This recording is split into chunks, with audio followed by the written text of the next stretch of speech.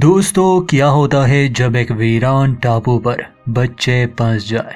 उन्हें जिंदा तो रहना है, पर कोई समझाने वाला, रास्ता दिखाने वाला और हिम्मत देने वाला अगर कोई बड़ा इनके साथ ना हो तो इन बच्चों के साथ क्या होगा।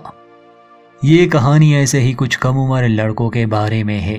अब इनके साथ क्या होता है आगे पता चलेगा। अगर आप हमारे चैनल पर नए हैं तो सब्सक्राइब करना ना भूलें। शुरुआत होती है दूसरे विश्व युद्ध के समय से। अमेरिका अपने कुछ इलाके खाली करवा रहा था। ऐसे ही एक जहाज में 24 मिलिट्री स्कूल कैडेट्स को घर ले जाया जा रहा था, मगर बीच रास्ते में ही वो जहाज क्रैश हो गया। हादसा एक वीरान टापू के करीब हुआ था, इसलिए बच्चे अपनी जान बचाकर टापू पर आ गए क्योंकि उन्हें लाइफ बोट मिल चुकी थी। इस हादसे में एक पायलट भी जिंदा बचा था, मगर वो घायल हो चुका था। ये बच्चे उसे भी अपने साथ आइलैंड पर ले आते हैं। उसका नाम कैप्टन बेंसन था। ये इकलौता अडल्ट था, मगर वो अपने होश में ही नहीं था। शाम को ये आइलैंड पर पहुंच जाते हैं और रात को इन्हें भूख और प्यास लग गई। इनके पास राशन नहीं था। इन बच्चों में से एक, जो बाकी सबसे उम्र में बड़ा था और रैंक के हिसाब से वो कर्नल भी था, उसका नाम राल्फ था। वो बाकी सबसे कहता है कि अभी हम आराम करेंगे और सुबह सोचेंगे कि हमें क्या करना है। अगली सुबह इन्हीं में से एक लड़का, जिसका नाम साइमन था, वो आइलैंड पर घूम रहा था। उसे साफ पानी मिल जाता है। वो खुद पानी पी लेता है और वापस अपने साथियों के पास आता है। उन्हें भी पानी के बारे में बता देता है। इसके बाद कुछ बच्चे खाना ढूंढने में लग जाते हैं। कुछ इस आइलैंड के ऊंची जगह पर जाते हैं ताकि देख सके ये जगह कैसी है। किनारे पर ही एक लड़का था जिसे इस कहानी में पिगी का नाम दिया जाता है क्योंकि वो बाकी सबसे मोटा था। उसे एक कांच शेल मिल गया तो वो उसे राल्फ के पास ले आता है। राल्फ उसे बजाता है तो सभी बच्चे किनारे पर इकट्ठा हो जाते हैं। राल्फ सबको बताता है कि ये कांच जिसके पास भी होगा वो बाकी सबसे अपनी बात कर पाएगा। राल्फ कहता है कि शायद इस आइलैंड पर कोई नहीं रहता, हमें एक साथ रहना होगा। इन्हीं में से एक लड़का था, जैक, जो कहता है कि शायद हमें पूरे आइलैंड को सही से देखना चाहिए। खैर, लगता है जैसे जैक वाले कैरेक्टर के नसीब में क्रैश होना और आइलैंड पर सर्वाइवल करना ही लिखा है।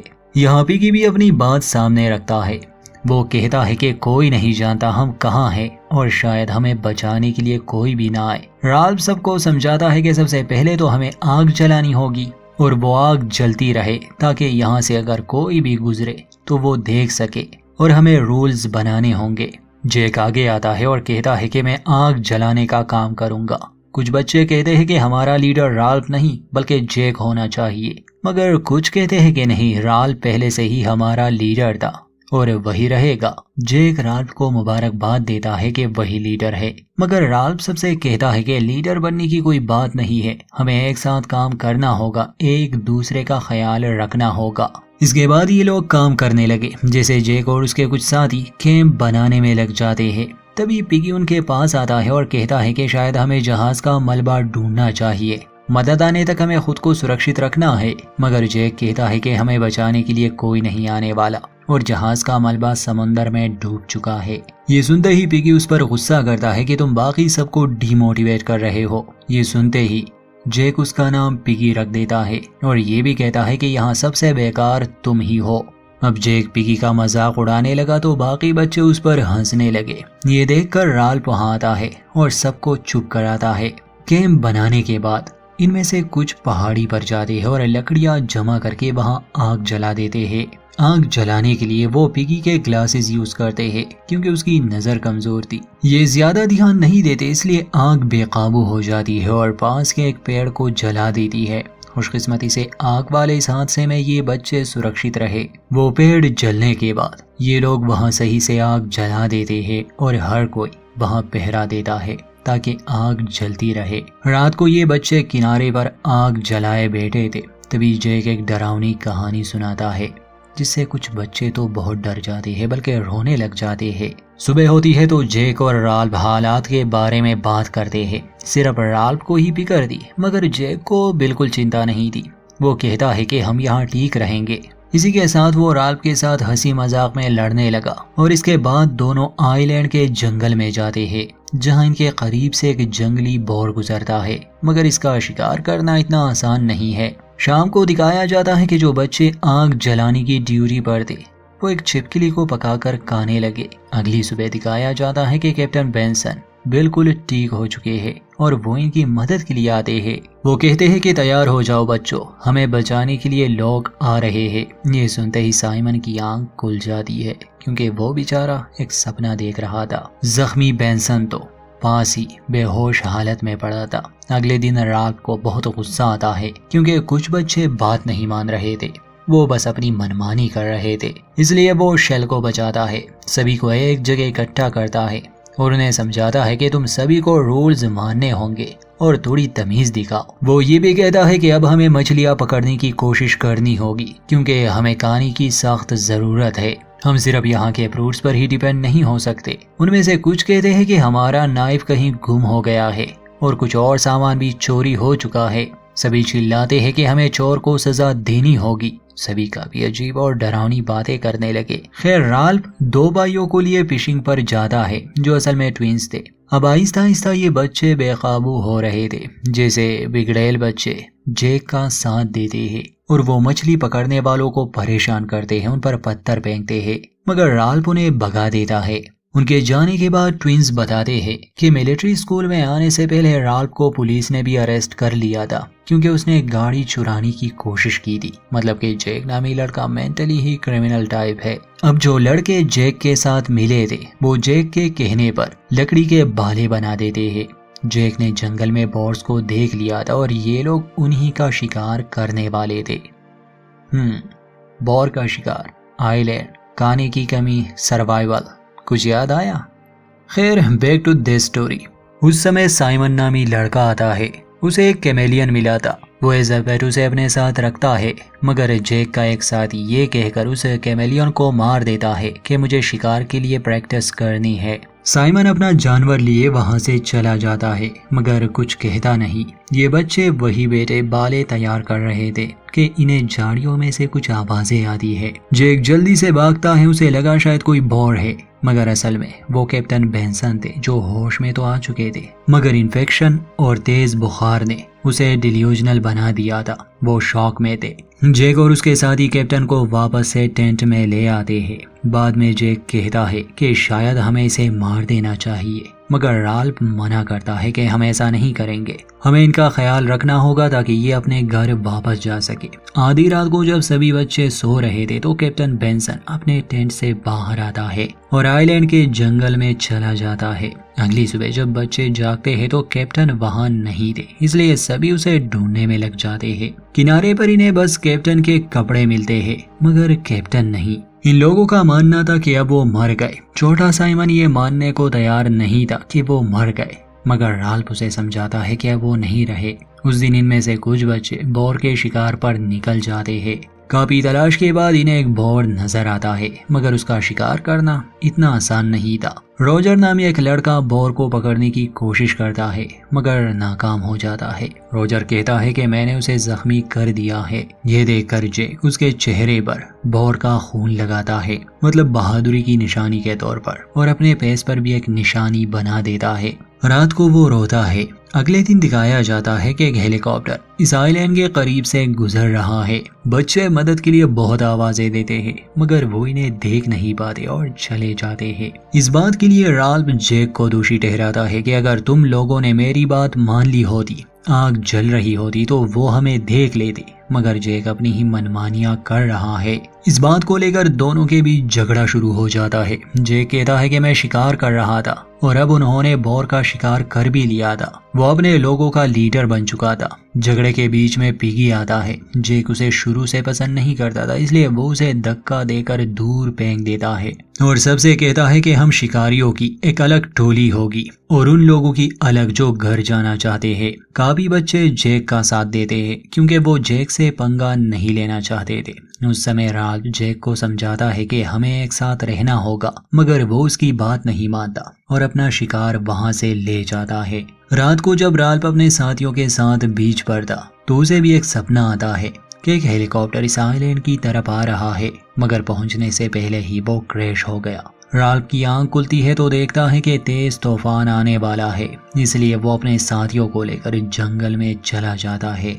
सुबह होती है, सभी ठीक थे, किसी को चोट नहीं आई थी, मगर इन्हें बहुत भूख लगी थी। उनमें से एक राल्फ से कहता है कि हमें भी शिकार पर जाना चाहिए, मगर ट्विंस बताते हैं कि शिकार वाला इलाका तो पहले से ही जैक और उसके दोस्तों ने ले लिया है, इसलिए ये लोग पहाड़ी पर जाते हैं और आग जलाते हैं। दूसरी तरफ जैक और उसके दोस्त दिखाए जाते हैं जो बोर्स के शिकार पर आए थे। लैरी नामी एक लड़का था, वो एक इग्वाना देख लेता है और उसके पीछे पीछे गुफा में पहुंच जाता है। गुफा में पहुंचकर एक आदमी उसे पकड़ने की कोशिश करता है। लैरी घबरा जाता है, उसके पास बाल था इसलिए वो उसे जख्मी करके बाहर निकल आता है। बाद में वो जैक को इस बारे में बताता है कि गुफा में एक राक्षस है, उसने मुझ पर हमला किया। जैक को यकीन नहीं आ रहा था, इसलिए जैक और एक लड़का देखने जाते हैं, मगर अंदर जाने से पहले ही वो तेज आवाजें सुनते हैं। दोनों इतने डर गए कि वहां से भाग आते हैं। बाद में जैक जब आग लेने पहाड़ी पर जाता है तो राल्फ के दोस्तों को खबरदार करता है कि इस आइलैंड पर एक राक्षस है जो गुफा में रहता है।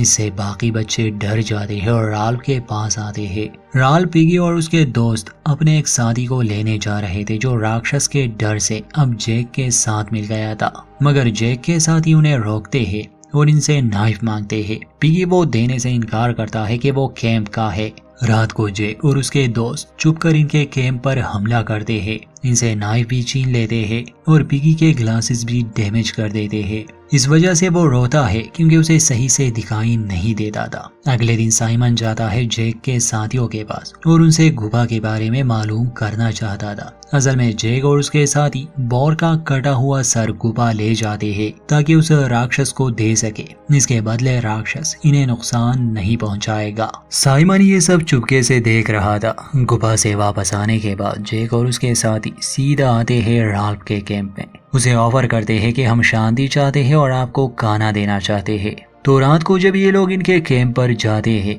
ट्विंस भी राल्फ का साथ छोड़कर जैक के शिकारी टोली में शामिल हो जाते हैं क्योंकि उन्हें भूख लगी थी और खाना सिर्फ उन्हीं के पास था। वो पिगी को भी खाना देते हैं। अब राल्फ के पास सिर्फ पिगी और साइमन बचे थे। साइमन इस वक्त इनके साथ नहीं था। जैक चाहता था कि ये लोग भी उसके साथ हो जाए और इस आइलैंड पर जानवरों की तरह रहे, मगर पिगी भी इनकार करता है और राल्फ भी। असल में राल्फ तो जैक से बात करने आया था, मगर कोई उसकी बात नहीं सुनता क्योंकि उनमें से एक लड़का कहता है कि तुम्हारे पास वो शेल नहीं है, इसलिए तुम्हारी बात नहीं मानी जाएगी। जैक का फिर से इनके साथ झगड़ा हो जाता है और ये दोनों वहां से चले जाते हैं। दूसरी तरफ हमें साइमन दिखाया जाता है जो जंगल में था। उसने वो गुफा देख ली थी। ग्लो स्टिक लिए वो उस गुफा में जाता है क्योंकि वो जानता था कि कोई राक्षस नहीं हो सकता। वो सही था क्योंकि असल में वो कैप्टन बेंसन की लाश थी। वो जख्मी था और आवाजें उसी की थी।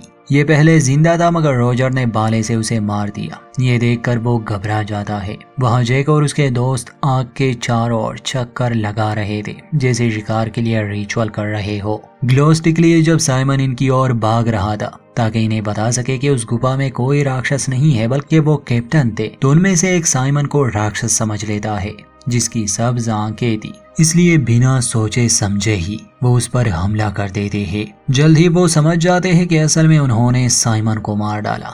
राल्फ साइमन की मौत पर बहुत रोता है। पिगी उसे सहारा देता है और कहता है कि शायद हमें राफ्ट बनानी चाहिए और इस आइलैंड से निकलना चाहिए। उस रात फिर से जैक और उसके दोस्त कैंप पर हमला करते हैं। पिगी के ग्लासेस ले जाते हैं। पिगी रोता है और राल्फ से कहता है कि शायद हमें उनकी बात मान लेनी चाहिए। इसलिए अगले दिन दोनों उनके कैंप पर जाते हैं। ये लोग शेल अपने साथ ले गए थे। जैक गुस्से में कहता है कि मैं ये रूल्स नहीं मानता। वो कहता है कि हमें आग जलानी थी इसलिए हम ग्लासेस ले आए। राल्फ गुस्से में कहता है कि तुम्हें हमसे पूछना चाहिए था। तो जैक कहता है कि मैं हर वो चीज लूंगा जो मुझे चाहिए। इसके बाद दोनों का झगड़ा शुरू हो जाता है तो पिगी उस शेल को बजाता है और सबसे बात करता है। वो उन्हें समझाने की कोशिश करता है कि शायद हम हमेशा के लिए इस आइलैंड पर फंसे रहे, हमें ऐसा नहीं करना चाहिए। वो मतलब की बातें करने लगा था मगर रॉजर नामी लड़का उस पर एक बड़ा पत्थर गिरा देता है जिससे उसकी मौत वहीं पर हो गई। ये शॉकिंग नजारा सभी बच्चे देख रहे थे